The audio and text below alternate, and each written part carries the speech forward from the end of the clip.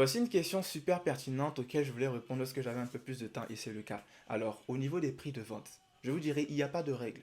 Il n'y a vraiment pas de règle. À moins que vous soyez dans un domaine très concurrentiel et les intervalles de prix ont déjà été fixés. Par exemple, vous vendez un produit très populaire que tout le monde vend, vous vendez quelque chose voilà, qui est vraiment accessible, il y en a partout. Bah là, vous êtes conditionné par le marché parce qu'il y a déjà le moins cher et le plus cher. Le client a déjà ça en tête. Mais si vous êtes dans d'autres domaines, vous pouvez fixer le prix que vous voulez. Tant que les clients achètent, il n'y a pas de souci.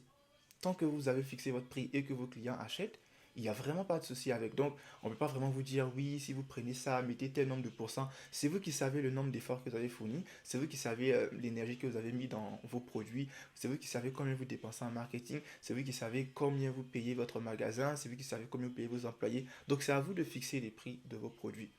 Mais tant que vos clients achètent, il n'y a pas de souci. Maintenant, si vous vous retrouvez dans un cas où les clients n'achètent pas, là, il y a un problème. Mais il ne faut pas dire automatiquement qu'on va baisser les prix. Non. Il faut peut-être réfléchir au marketing. Pourquoi les clients n'achètent pas? Peut-être que je ne suis pas suffisamment connu ou je ne suis pas, j'ai pas encore ciblé les clients qui sont intéressés par mes produits. Donc c'est ça, parce que très souvent, quand les gens n'arrivent pas à vendre, et j'ai remarqué ça, c'est un fait que je déplore, quand les gens n'arrivent pas à vendre leurs produits, ils baissent les prix. Et c'est pas la chose à faire. Il faut réfléchir. C'est pas toujours les prix. Souvent c'est au niveau du marketing, on ne vous connaît pas assez. Souvent c'est au niveau de comment vous présentez vos produits. Souvent c'est au niveau de la communication. Ça dépend. Mais pour revenir à la question de prix, c'est à toi de fixer tes prix. Il faut que tu saches calculer le prix de revient. Le prix de la marchandise, plus le prix du transport, plus les petits frais qui ont été liés, frais de site, frais de rechargement de carte, transport et tout ça.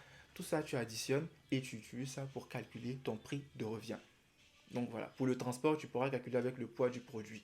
Mais les commerçants qui ont beaucoup plus d'expérience, j'avoue que eux, ils font du à peu près. Par exemple, moi, je fais très souvent du à peu près. Au début, on calcule virgule par virgule, mais à la longue, avec l'expérience, on essaye de faire du à peu près et puis on fonctionne comme ça.